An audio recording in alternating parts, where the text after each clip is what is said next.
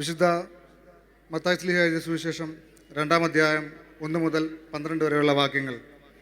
ഹെരോദ രാജാവിൻ്റെ കാലത്ത് യേശു യഹൂദ്യയിലെ ബേത്ലഹേമിൽ ജനിച്ച ശേഷം കിഴക്ക് നിന്ന് വിദ്വാൻമാർ യെരുശലേമിലെത്തി. യഹൂദന്മാരുടെ രാജാവായി പിറന്നവനെവിടെ?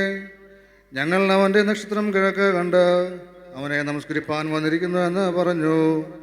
ഹെരോദ രാജാവ് അത് കേട്ടിട്ട് അവനും യെരുശലേമൊക്കെയും ഭ്രമിച്ച ജനത്തിൻ്റെ മഹാപുരോഹിതന്മാരെയും ശാസ്ത്രിമാരെയും എല്ലാം കൂട്ടിവരുത്തി ക്രിസ്തു എവിടെയാകുന്നു ജനിക്കുന്നത് എന്ന് അവരോട് ചോദിച്ചു. അവനോട് യഹൂദ്യയിലെ ബേത്ലഹേമിൽ തന്നെ. യഹൂദ്യ ദേശത്തിലെ ബേത്ലഹേമേ, നീ യഹൂദ്യ പ്രഭുക്കന്മാരിലൊട്ടും ചെറുതല്ല. എൻ്റെ ജനമായ ഇസ്രായേലിനെ മേയ്പ്പാനുള്ള തലവൻ നിന്നിൽ നിന്ന് പുറപ്പെട്ട് വരും എന്നിങ്ങനെ പ്രവാചകൻ മുഖാന്തരം എഴുതിയിരിക്കുന്നുവെന്ന് പറഞ്ഞു.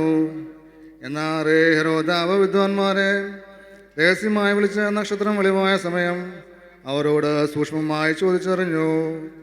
അവരെ ബേത്ലഹേമിലേക്ക് അയച്ചു. നിങ്ങൾ ചെന്ന് ആ ശിശുവിനെ കുറിച്ച് സൂക്ഷ്മമായി അന്വേഷിപ്പീൻ. കണ്ടെത്തിയാൽ ഞാനും ചെന്ന് അവനെ നമസ്കരിക്കേണ്ടതിന് വന്ന് എന്നെ അറിയിപ്പീനെന്ന് പറഞ്ഞു. രാജാവ് പറഞ്ഞത് കേട്ട് അവർ പുറപ്പെട്ടു. അവർ കിഴക്ക് കണ്ട നക്ഷത്രം ശിശു ഇരിക്കുന്ന സ്ഥലത്തിന് മീതെ വന്ന് നിൽക്കുവോളം അവർക്ക് മുമ്പായി പോയിക്കൊണ്ടിരുന്നു. നക്ഷത്രം കണ്ടതുകൊണ്ട് അവർ അത്യന്തം സന്തോഷിച്ചു. ആ വീട്ടിൽ ചെന്ന ശിശുവിനെ അമ്മയായ മറിയോട് കൂടെ കണ്ട വീണ് അവനെ നമസ്കരിച്ചു. നിക്ഷേപ പാത്രങ്ങളെ തുറന്ന് അവന് പൊന്നും കുന്തിരിക്കവും ഊരും കാഴ്ചവെച്ചു. ഹെരോദാവിൻ്റെ അടുക്കൽ മടങ്ങിപ്പോരുത് എന്ന് അവർക്ക് സ്വപ്നത്തിൽ അരുളപ്പാടുണ്ടായിട്ട് അവർ വേറെ വഴിയായി സ്വദേശത്തേക്ക് മടങ്ങിപ്പോയി. ബാരക്കുമോ.